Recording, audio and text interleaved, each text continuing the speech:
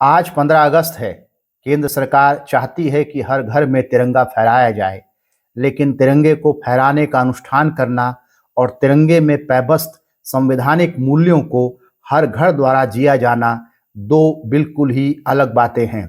हम भारतीय अपने सामाजिक और राजनीतिक जीवन में ऐसे अनेक काम करते हैं जो उन मूल्यों के खिलाफ होते हैं जिनकी नुमाइंदगी तिरंगा करता है। यहाँ तक कि अनेक भारतीय मानते हैं कि सामाजिक जीवन के अनेक क्षेत्रों में संवैधानिक मूल्यों का प्रवेश वर्जित होना चाहिए। पिछले साल मई के महीने में गुजरात के बनासकांठा जिले में एक 21 साल के दलित युवक को केवल इसलिए मार दिया गया क्योंकि उसने अच्छे कपड़े पहनने के साथ साथ धूप का चश्मा भी पहन रखा था। राजपूत समुदाय से संबंध रखने वाले लोगों ने दलित युवक जिगर भाई को ऊंचा उड़ने की सजा दी।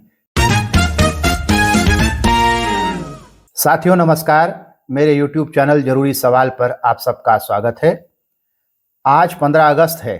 केंद्र सरकार चाहती है कि हर घर में तिरंगा फहराया जाए, लेकिन तिरंगे को फहराने का अनुष्ठान करना और तिरंगे में पैबस्त संवैधानिक मूल्यों को हर घर द्वारा जिया जाना दो बिल्कुल ही अलग बातें हैं। हम भारतीय अपने सामाजिक और राजनीतिक जीवन में ऐसे अनेक काम करते हैं जो उन मूल्यों के खिलाफ होते हैं जिनकी नुमाइंदगी तिरंगा करता है। यहाँ तक कि अनेक भारतीय मानते हैं कि सामाजिक जीवन के अनेक क्षेत्रों में संवैधानिक मूल्यों का प्रवेश वर्जित होना चाहिए। पिछले साल मई के महीने में गुजरात के बनासकांठा जिले में एक 21 साल के दलित युवक को केवल इसलिए मार दिया गया क्योंकि उसने अच्छे कपड़े पहनने के साथ साथ धूप का चश्मा भी पहन रखा था। राजपूत समुदाय से संबंध रखने वाले लोगों ने दलित युवक जिगर भाई को ऊंचा उड़ने की सजा दी। गुजरात के उन राजपूतों को किसी दलित का अच्छे कपड़े पहनना उसका ऊंचा उड़ना लगा।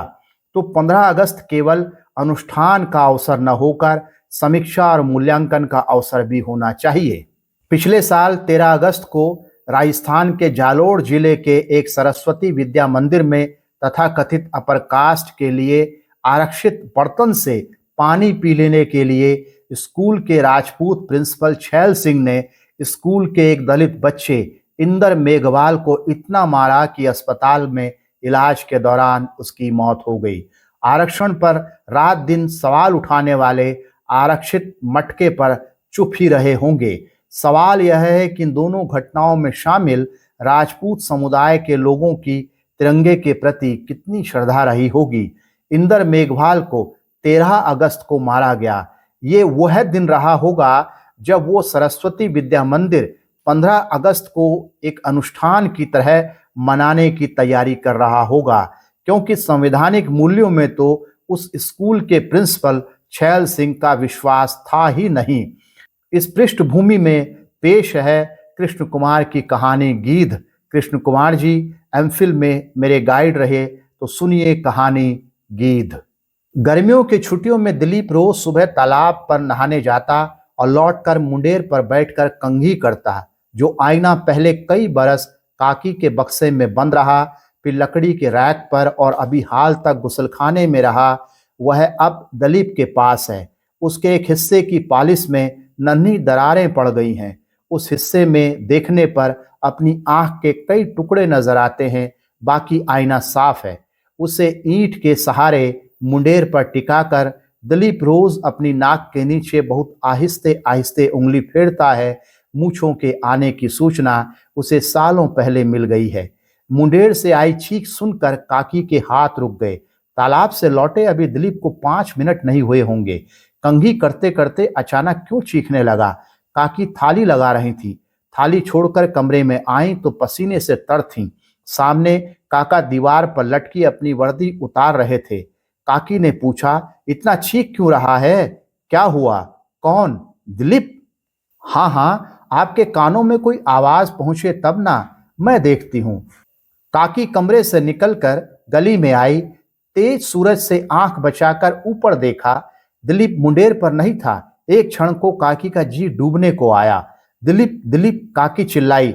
दिलीप उछलकर मुंडेर की तरफ आया। उसकी दोनों बाहें आसमान की तरफ थीं।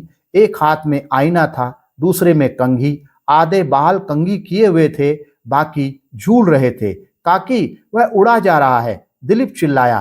कौन उड़ा जा रहा है? काकी ने पूछा। अब उनके स्वर में घबराहट नहीं थी। वे समझ गई थी कि दिलीप कोई शैतानी कर रहा है। पर इस वक्त जब काका का काम पर जाने का टाइम होता है, दिलीप कभी शैतानी नहीं करता। वह मुंडेर पर बैठकर काका के घर से निकलने की प्रतीक्षा करता है।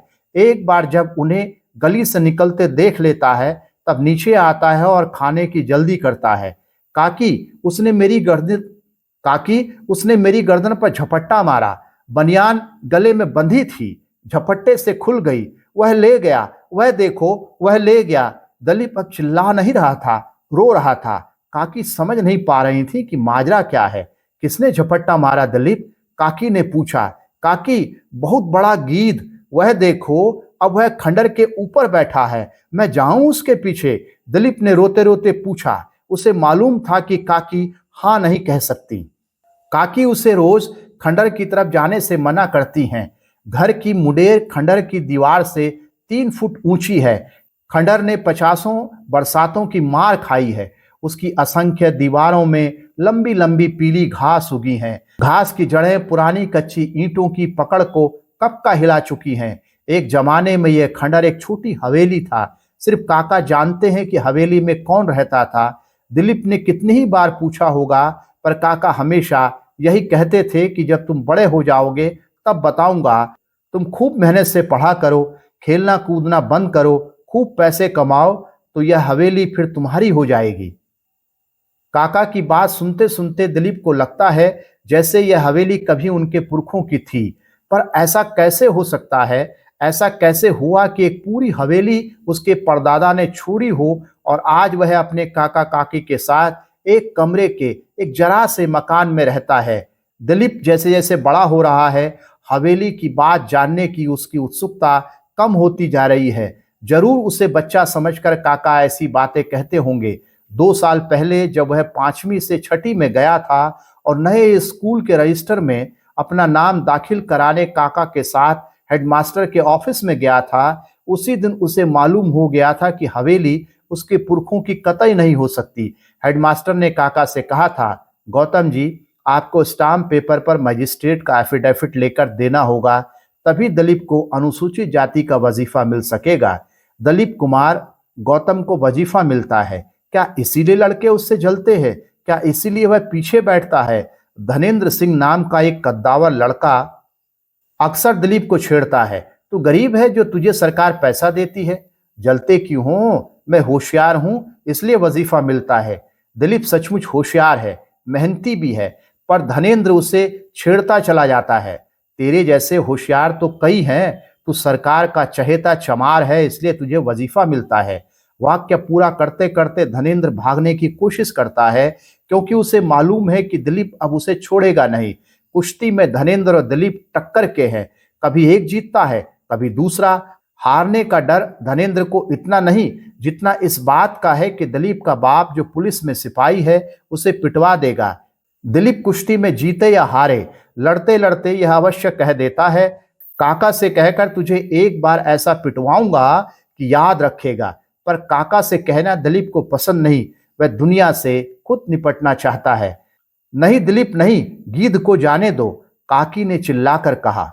भीतर से काका आवाज लगा रहे थे, उन्हें खाने की जल्दी पड़ी थी। काकी ने वापस कमरे में कदम रखा कि दिलीप की आवाज फिर उनके कानों में पड़ी। वह दीवार पर बैठा बनियान का कॉलर उधेड़ रहा है। अचानक काकी की समझ में आया कि दिलीप अपनी नई टी शर्ट के बारे में कह रहा है। अभी हफ्ते भर पहले काका जब अपने बड़े साहब के साथ दौरे पर भोपाल गए थे तो लौटते वक्त यह टी शर्ट लाए थे। दिलीप महीनों से चेन वाली टी शर्ट की रट लगाए था। काका हर बार कह देते थे बहुत महंगी आती है। दिलीप अड़ा रहता था। उसने अपनी क्लास के कई लड़कों के पास चेन वाली टी शर्ट देखी थी। किसी की जेब पर लिखा था टच मी नॉट, किसी पर अमेरिकन एयरफोर्स। स्कूल में 5 दिन यूनिफॉर्म पहननी होती थी, यानी नीली कमीज और खाकी निकर। सिर्फ एक दिन शनिवार को अपनी मर्जी का कपड़ा पहनने की छूट थी। जो लड़के उस दिन भी यूनिफॉर्म की कमीज पहनकर आते थे उन्हें दूसरे लड़के चढ़ाते थे। एक बार संदीप लाल ने अपनी टी शर्ट की चेन ऊपर नीचे फिसलाते हुए छाती फुलाकर दिलीप से कहा था, जापानी चेन है, मेरे पापा दिल्ली से लाए हैं। दिलीप जानता था कि संदीप के पापा पुलिस में इंस्पेक्टर हैं।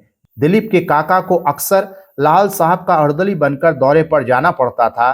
संदीप से दिलीप कभी नहीं उलझता था। उस दिन दिलीप ने घर जाकर काका से पूछा था, काका तुम्हें कितनी तनख्वाह मिलती है? काका दिलीप की तरफ देखते रहे पर कुछ बोले नहीं। काका तुम दौरे पर भोपाल कब जाओगे? काका बात समझ गए थे, बोले इस बार जाऊंगा तो टी शर्ट लेकर ही लौटूंगा। दिलीप खुश हो गया। गली की तरफ जाते आते खुशी से चीखा था, कॉलर वाली टी शर्ट, मैं कॉलर वाली टी शर्ट पहनूंगा। और अंत में एक दिन टी शर्ट आ गई, 37 रुपए की टी शर्ट। दिलीप के पैर जमीन पर नहीं पड़ रहे थे। टी शर्ट की जेब पर लिखा था स्काई सार्जेंट। उस शनिवार को जब वह टी शर्ट पहनकर स्कूल में गया, कक्षा के सारे लड़कों की आंखें बरबस दिलीप पर टिक गई। किसी की हिम्मत नहीं हुई थी कि उसे छेड़े। जो लड़के न दिलीप के दिमाग का लोहा मानते थे, न उसके शरीर का और न उसके सिपाही काका का खौफ खाते थे, वे आज दिलीप की टी शर्ट का शोख बैंगनी रंग देखकर सहम गए थे।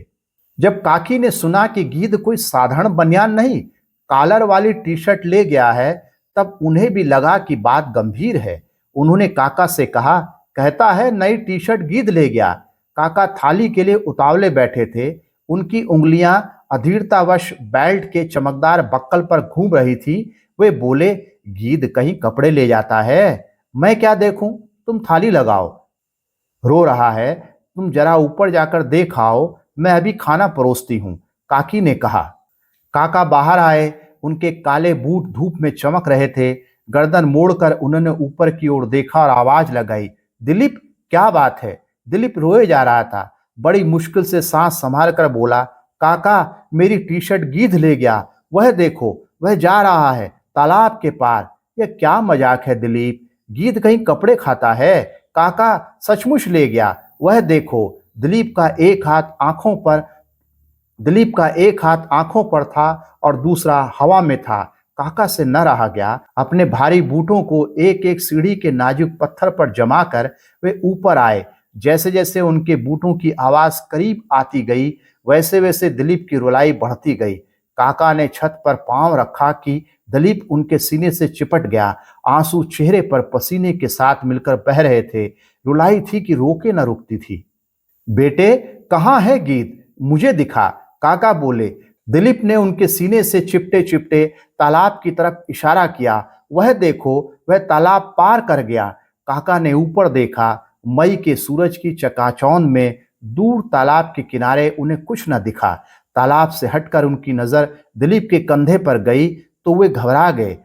ताजे घाव से खून बह रहा था। आसपास की त्वचा खुरची हुई थी। एकदम परेशान होकर उन्होंने पूछा, दिलीप ये घाव तुम्हें कैसे लगा? दिलीप घाव की तरफ देखना नहीं चाहता था। काका के सीने पर अपनी बाहों का कसाव बढ़ाकर बोला, गीध की चोंच बहुत तेज थी काका। उधर तालाब के घाट पर जहां हनुमान जी का मंदिर है, लड़कों की एक टोली जमा है।